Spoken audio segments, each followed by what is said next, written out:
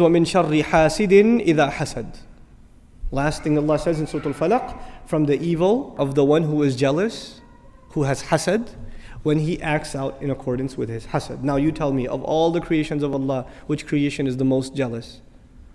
Which creation is the most jealous? The one who intends you the most harm.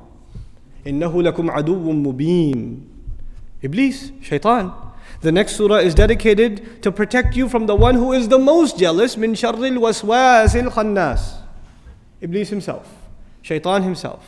Even between human beings, when someone has jealousy, who inspires that jealousy in them? Who comes and puts waswasa in them to have that jealousy to begin with? So we identified the outwardly of the problem in Surah Al-Falaq, but the inwardly source, the ultimate source of that jealousy, Iblis himself, that's been identified in Surah An-Naas. So evils on the outside are guarded against in Surah Al-Falaq, and evils on the inside in Surah An-Naas. Another way of looking at it also is, the evils mentioned in Surah Al-Falaq are out of your control. Somebody blowing over knots, casting spells over you, trying to harm you because of jealousy. These are things outside of your control. So you're asking Allah's protection from them. But if you look at Surah An-Naas, the things that Allah is talking about, people whispering and giving you suggestions, and whether or not you act on that waswasa, well, you will not be able to blame the one who whispered it to you. In other words, the liability in the previous surah is on the criminals who are engaged in the act of jealousy, engaged in the act of sorcery. But in this surah, the responsibility will fall on who?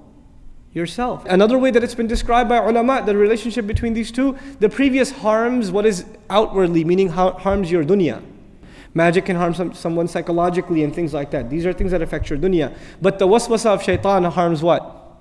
Your deen, your akhirah, your iman.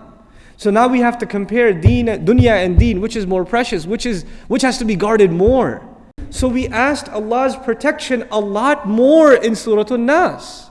We only called on Allah once in Surah Al-Falaq. What did we say? قُلْ أَعُوذُ بِرَبِّ الْفَلَقِ. Rabb came up once. Look at Surah An-Nas. We're asking Allah to protect our deen. How many times we call on Allah? قُلْ أَعُوذُ بِرَبِّ النَّاسِ مَلِكِ النَّاسِ إِلَهِ النَّاسِ. 3 times as much.